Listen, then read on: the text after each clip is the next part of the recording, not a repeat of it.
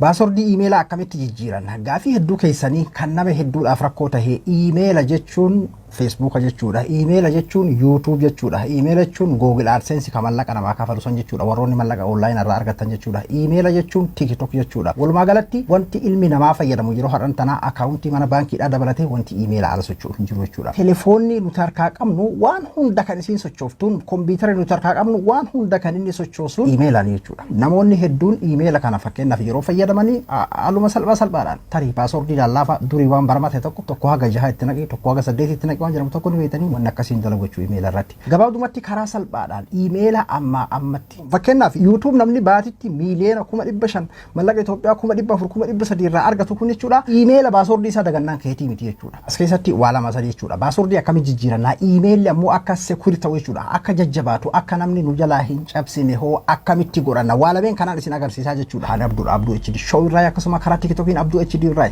peejii kana follow godhaa warri haaraa dhuftan akkasuma ammas nama hedduu bira akka gahuu fi share godhaa ammas gimmaasha uggura qaba waan ta'eef jechuudha. Kompiitara irraallee karama kanaan deemtan waan ta'eef ammoo telefoona irraa bilbila irraa isin agarsiisa jechuudha. Namoonni hedduun kan fayyadamtan bilbila waan ta'eef namni hedduun bilbila harkaa qaba waan ta'eef bilbila irraa isin agarsiisa. Kompiitara irraallee ta'e karama kanaan deemna jechuudha. Amma karaa salphaadhaan akkamitti baaswordii jijjiirannaadha. Aappilikeeshiniin kun telefoona keessan hundarraa iyyuu ni jira jechuudha.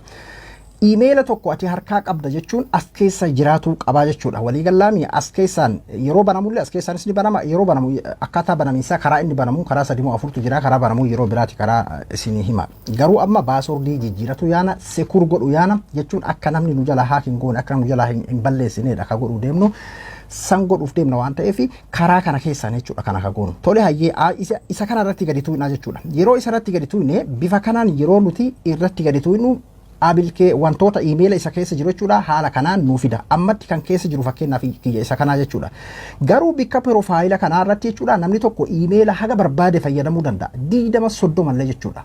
Kanaafuu jechuun gosa tokko jechuun kiyyaa miti bar gosa adda addaa fakkeenyaaf Facebook fi iimeela tokko, YouTube fi iimeela tokko, akkasuma TikTok fi iimeela tokko waan hundaaf waan adda addaatiif jechuudha. Ammallee kanamaa kennitanii fakkeenyaaf wanti adda addaadha daataan isinirratti isin dhufulleen iimeela tokko haala saniin iimeela hedduu fayyadamuu ni dandeessan jechuudha. Haaluma saniin kun bakka piroofaayila kanarratti yeroo gadi tuutan iimeelli isin keessaa qabdan hundi isaa bifa kanaan gadi dhufa. Anamma kun iimeela hedduu keessaa qaba jechuudha. Jechuun isinitti mul'isu garuu isin jala dho'isa. Haala kanaan jechuudha wanta as keessa security an fayyadamu faadhaatu jira waan ta'eef bifa kanaanii isinii dhufaa jechuudha. Kanaafuu iimeela jechuun wanni hundi jechuudha. Mallaqa kan irraa argattu YouTube illee iimeela sanii jechuudha. Keessattuu YouTube iimeela sanii AdSense mallaqa sii kafalu wanni hundinuu iimeela sanii jenneeti jira. Wanna akkana deddeebi'u fa'aa isinii galuuf. Duuba anamma duuba kami ka baaswordii isaa kana jajjabeessuudhaaf ammallee baaswordii irraa jijjiiruudhaaf deemu yoo fedhe jajjabeessu yoo fedhe irraa jijjiiru jechuudha. Kana jechuudha ka amma keessa jiru kana kun ka piroofaayilli isaa piinkii kana jechuudha. Peepoo kana jechuudha. Isa kana irratti gadi tuqa bakka piroofaayila kana irratti tuqa jala kana irra jechuudha. Mana jiru Google account fayyadamtu jira isa irratti tuqa. Yeroo mana jiratti tuqe bifa kanaan naa dhufa. Gubbaa kanarra isii tana gara mirgaa irraa kara bitaatitti akkana sarkiseeti kunoo security ta'etu jira. Security kana irratti tuqa jechuudha. Security irratti yeroo tuqe haala kanaan naaf dhufa. Xiqqashoma irra gadi siqeeti jechuudha. Kunoo sign into Google tajettuu fi jalatti password tajetu jira. Isii tana kunoo fakkeenyaaf anamma yoomi baaswordii kana kaniin ani itti galche yookiin ammoo kan jijjiiradhe meeqa Juun 15 jechuudha. Yoo ati baaswordii kana gaafa jijjiirte yookiin ammoo gaafa itti galchite dagattellee as dhufte asuma lallachuu dandeessa jechuudha. Baaswordii illee bakki jijjiiranii asi amma jijjiiraaf deemaa jirra. Juun kana asirratti baaswordii bakka yoo kanatti gadi tu'idha. Yeroo asirratti gadi tu'ine tokko wanni isin beekuu qabdan baaswordii isaa kan jalqabaa kan keessa jiru beekuu dirqama jechuudha. Baaswordii jirachuudhaaf iimeelli taphan beeku yoo isin haala adda addaatiin baaswordii kana dagattanii haala tapha adda addaa akkasii keessa kaseentan ta'e sirrii miti jechuudha. Isin rakkisa akka Facebookaa yookiin akka wantoota birootitti salphatti argachuu hin dandeessan jechuudha baaswordii isaa. Kanaafuu isin rakkisa sunillee wantoota adda addaa itti guuttaniiti. Amma duuba haala kanaan baaswordii kana waa hundaafuu as keessa seentee teesti godhuudhaaf waan baaswordii jijjiiruudhaaf fi baaswordii jalqabaa sanitti galchi. Maaliif kiyya ta'uu mirkaneeffachuuf jechuudha. Duuba anamma koppii godheeti baaswordii san asitti galfadhaa jechuudha.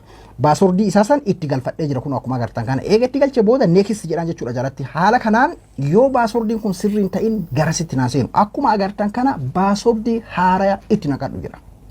Walii gallaami asitti baaswordii haaraa itti kataba. Fakkeenyaaf mee amma baramaan kam jedhe 1 2 3 4 5 6 jala kanarrallee 1 2 3 4 5 6 garuu kun hin taane jedha agartee amma 7 asitti illee dabalamee 7 hin fudhanne ammallee baaswordiin isin fudhatu jechuudha. Tokko tokko kadiitu jira.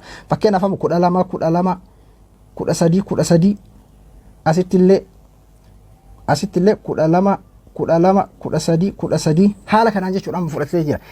Change safe jettanii jala kanarratti gadi tuunaaniin baasordiin suni jijjiirameeti jira jechuudha. Anamman tana jijjiiruun barbaadu jechuun isin agarsiisuuf malee jechuudha. Yoon baasordii amma itti katabe kana baasordii kana dagachuu hin qabu jechuudha. Irratti change jedhee hangadi tuunaan baasordii kana irraa jijjiireeti jira jechuudha. Akka ajaa'ibaatitti isiniif galee jira. Kana booda wanni isin gaafatu kan biraan jiru. Tole hayyee akkamitti jajjabeeffanna kan jedhudha. Baasordii karaan jajjabeessaniini bakkuma amma baasordii jenneeti yeroo jijjiirutti seenne kana jechuudha. Jala kanarra isumatti aanee irra gadi oofne jechuudha. Waa lamaani baasordii kan isin jajjabeeffachuu dandeessanii jechuudha. Recover phone lakkoofsa nambara lakkoofsa keetii jalarratti ammoo recover emailii biraa jechuudha. Isa kana osoo hin tahin emaila biraa kan duraan baasordii beektu kan telefoona kee keessaa qabdu isa san asirratti gadi tuutee emaila san irratti hidhuu walii gallaami. Kun amma fakkeenyaaf emaila itti galchi jedha. Emaila kan baana baasordii isa kana itti galcheeti recover emaila godhuu barbaadu san bakka itti galchuu naa fidaa jechuudha. Walii galla jirra akkan jedhu kanatti.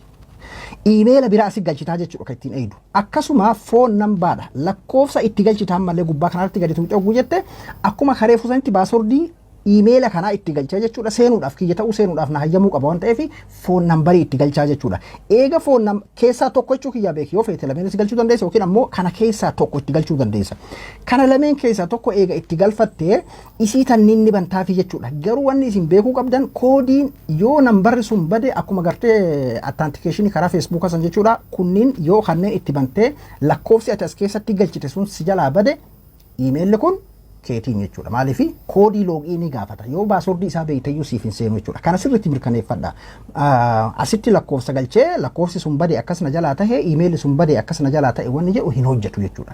Securityidha. Yeroo biraa immoo baasordii akkamitti ol kaahannee jabeeffanna kan jedhu baasordii hunda jechuudha. Baasordii 50 illee yoo qabaatte. Fakkeenyaaf amma baasordii yoon kijibuu baadhee 20 ol jechuudha kan jiru. Garuu kaadhee yeroo hundayyuu na waliin ta'a jechuudha. Kanaafuu gubbaa kanarratti phone number yoo feete itti galfattee ka jalaa email dhiisuu dandeessa yookiin ammoo lachuu itti galfattee eega itti galchattee booda kanniin ammoo inni banta jechuudha. Wanni bantuuf kanniin maaliin koodiitu asirratti seena. Kunoo jala kanarratti ammoo kan sadaffaadha security koodii ka jedhudha. Kanallee itti banatta jechuudha. Kunoo amma fingerprint kee irra kaahiitii gara sitti seeninaan jedha irraa of duuba deebi'eeti jira jechuudha harkaa. Karaa kanaan baasordii emaila keessanii jabeeffattan karaa kanaan baasordii emaila keessanii jijjiirattan ali abduudha. Abduu HD show irraa karaa YouTube abduu mobile app irraa karaa TikTokin abduu HD irraa hanga qophii biraatti wal deebinutti nagayaan naa tura.